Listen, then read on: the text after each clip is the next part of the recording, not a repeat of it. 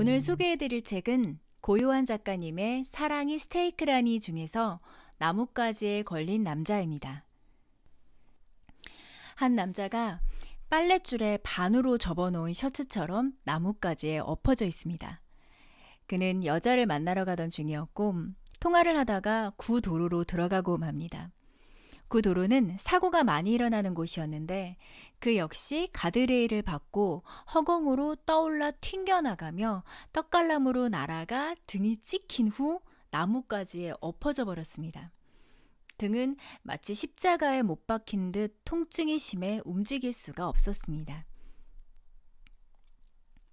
그의 부모님이 돌아가신 건 3년 전이었습니다.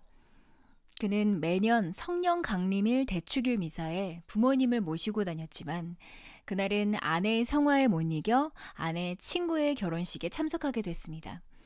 하필 그날은 비가 많이 내렸고 어머니가 운전하던 차는 사고가 나 두 분이 돌아가시고 맙니다. 그 후 그는 아내 탓을 하기 시작합니다. 장례를 치른 후 부모님의 사고를 두고 서연과 싸웠다. 정확히 말하면 싸웠다기보다는 일방적으로 서연이 죄책감을 느끼도록 윽박질렀다. 집에도 일찍 들어가지 않았다. 다른 선생님들이 퇴근하면 운동장을 돌았다. 운동장을 한 바퀴씩 돌 때마다 부모님의 죽음이 서연 때문이라는 생각은 더욱 굳어졌다. 내가 무슨 생각을 하는지도 모르고 야간 자율학습을 하던 학생들이 창문 밖으로 고개를 내밀고 손을 흔들었다. 더러는 졸음을 쫓으려고 운동장으로 나와 내 뒤를 따라 돌았다. 운동장을 도는 녀석들이 한두 명씩 늘어나 어느 순간 10명이 넘었다. 운동장 돌기를 멈추고 녀석들에게 들어가 공부나 하라며 소리를 지르고 집으로 갔다. 네가 결혼식에 가자고 고집만 안 부렸어도 부모님은 돌아가시진 않았어. 집에 들어가자마자 늦은 저녁을 먹고 있던 서연에게 한마디 쏘아붙였다. 서연은 수저를 딱소리 나게 내려놓았다. 당신만 괴로운 줄 알아? 서연은 나를 힐끗 쳐다보고는 식탁에서 일어나 개수대에 밥그릇을 집어던졌다. 사고가 내 책임이라고 하면 돌아가신 부모님이 살아 돌아오셔? 살아 돌아오시지 못하니까 이러는 거 아니야. 이게 다 너 때문이야. 천국 하시다가 거기 가셨는데 그게 왜 나 때문이야? 나는 서연의 뺨을 후려쳤다. 그것은 한 번으로 끝나지 않았다. 수업이 끝나고 학교 운동장을 돌고 올 때면 서연을 때렸다. 부모님의 죽음이 왜 자기 탓이냐며 따졌던 서연이 어느 순간부터 자기 탓이라고 인정했는지 고스란히 맞기 시작했다. 일요일이면 우리는 아무 일 없었다는 듯 성당에 갔다. 더는 일요일에 구두가게를 가지 않고 서연은 종업원에게 일을 맡겼다. 서연이 미사포를 꺼내 머리에 쓰는 사이 나는 고해소로 들어갔다. 또 아내를 때렸습니다. 하얀 천으로 가려진 창문 너머로 신부님이 앉아 있었다. 신부님은 한참 동안 아무런 말이 없었다. 신부님은 내 목소리를 알고 있었다. 무슨 말을 할 듯 하다가 신부님은 하지 않고 주의 기도를 10번 하라고 했다. 죄를 고백하고 고해소를 나오는 순간 서연을 때렸다는 죄책감이 사라졌다. 서연을 때릴 때마다 고백성사를 보았다.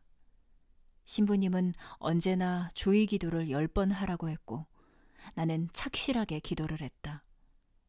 대체 주님은 언제까지 나를 용서해 주실까? 고백성사를 보고 나면 평상시 10,000원 내던 봉헌금을 20,000원 냈다. 내지 않았던 성당 건축기금도 30만 원을 냈다. 부모님의 죽음으로 받은 보험금 중 일부를 성당 건축에 쓴다고 생각하자 위안이 됐다. 하지만 내가 서연을 때렸다는 소문이 성당에 나면서 우리는 끝내 이혼을 했다.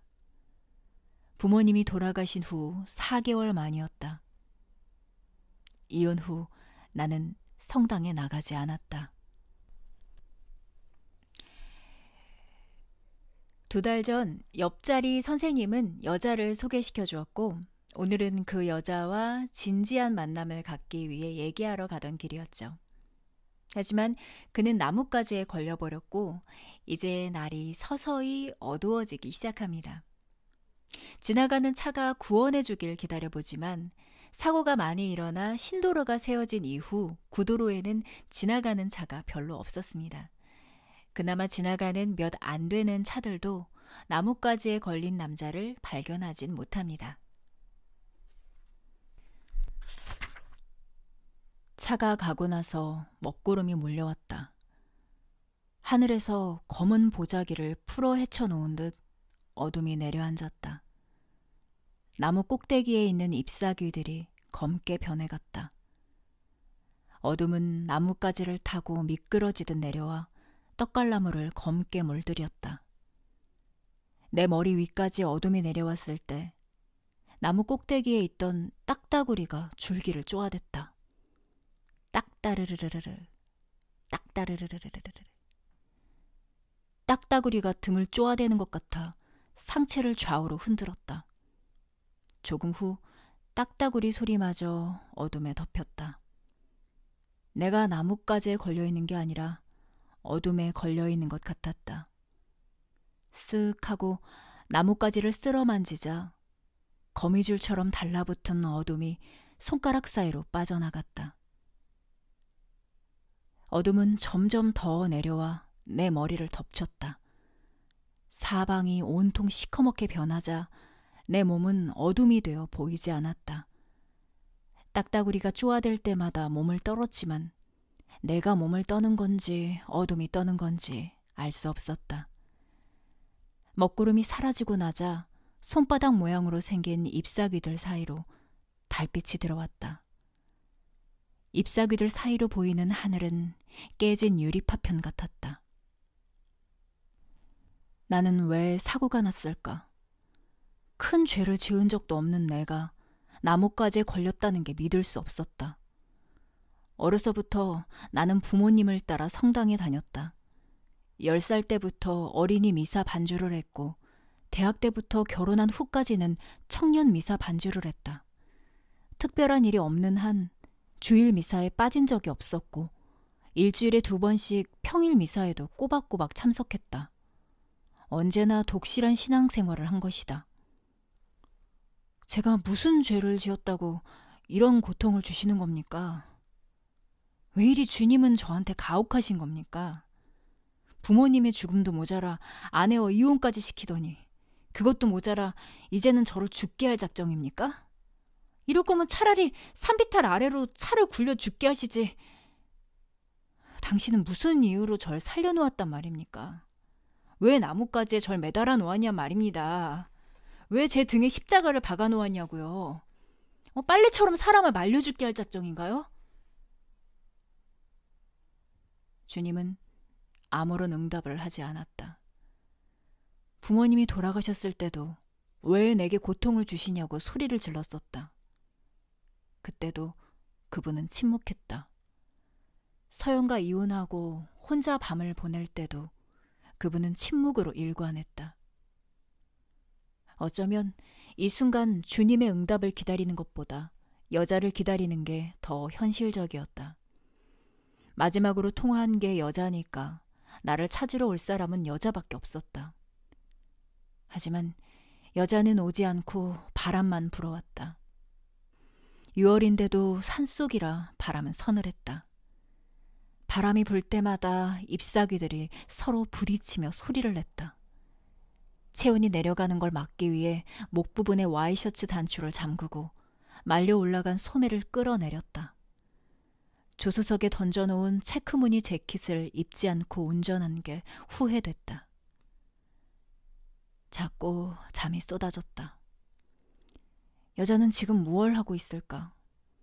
허탈하게 차를 몰고 집으로 돌아갔을 여자를 떠올리며 그녀를 안듯 나뭇가지를 끌어안았다. 여자를 생각하자 서늘해진 몸이 따뜻해졌다. 하지만 그건 착각이었다. 몸은 더 차가워지고 의식은 몽롱해졌다. 얼마 못 가 등의 통증이 다시 시작됐다. 누군가 상처난 등에 못을 박는 것 같았다.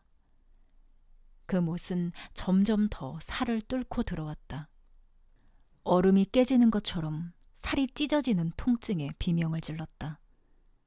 그때 산 능선을 타고 내려온 바람이 등을 어루만져 주었다. 통증이 조금씩 가셨다.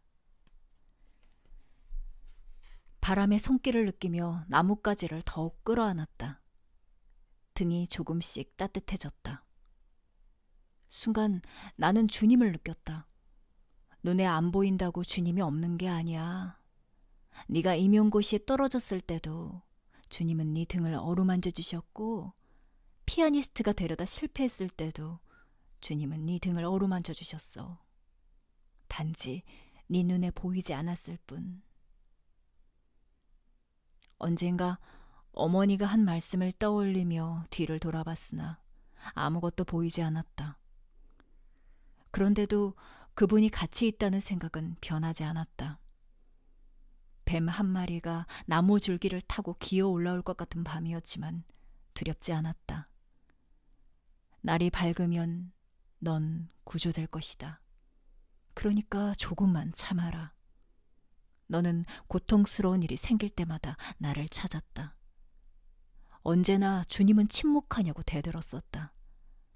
하지만 그때 난 너와 함께 있었다. 상처난 네 등을 어루만져주며 너와 함께 있었다. 등 뒤에서 주님의 목소리가 들렸다. 졸린 눈을 비비며 뒤를 돌아보았다. 여전히 그분이 보이지 않았지만 손길을 느낄 수 있었다. 그분은 바람이 되어 뼈마디 하나하나를 쓰다듬어주면서 상처난 부위를 만져주었다. 얼마나 손길이 부드러운지 잠이 쏟아졌다. 그것은 서연의 손길보다 부드러웠다. 그것은 사람의 손길이 아니었다. 통증은 어느새 완전히 사라지고 없었다. 나는 그분의 손을 잡아보려고 손을 뒤로 뻗었다. 손끝에 뭔가 닿았다. 얼른 손을 가져다 그분의 흔적이 사라지지 않도록 가슴에 갖다 댔다. 시내의 불빛은 점점 꺼져가고 있었고 새벽까지 나는 바람의 손길을 느끼며 뜬 눈으로 아침을 맞이했다. 아침 햇살이 비쳤을 때 주님을 보기 위해 천천히 고개를 돌렸다. 주님은 보이지 않고 등 위로 잎사귀 하나가 보였다. 한참 동안 나는 잎사귀를 바라보았다. 바람이 불자 잎사귀가 등을 쓸어내리며 내려왔다 올라갔다. 이게 뭐지? 밤새 등을 어루만졌던 게 잎사귀였단 말인가? 그럴 리가 없었다. 그것은 분명 주님의 손길이었다. 나는 바람에 간들거리는 잎사귀를 확 잡아 뜯었다. 움켜쥔 잎사귀를 던져버리고 났을 때 무언가에 속은 것 같은 기분에 빠졌다. 해가 중천에 떠올랐습니다. 그는 얼마나 더 버틸 수 있을까요? 과연 그는 구원받을 수 있을까요? 이 남자의 뒷이야기가 궁금하시다면 나뭇가지에 걸린 남자에서 확인해 보세요. 그 밖에 고요한 작가님의 사랑의 스테이크라니에서는 8개의 단편이 실려 있는데요. 작가님은 어둠에 대한 묘사를 굉장히 세밀하고 다채롭게 풀어내시는 것 같습니다. 새롭고 다양하며 때로는 파격적이기까지 한 8편의 이야기에서 작가님의 매력을 느껴보고 싶으시다면 이 소설집을 추천해드려요. 다음에는 또 다른 책을 소개해드릴게요.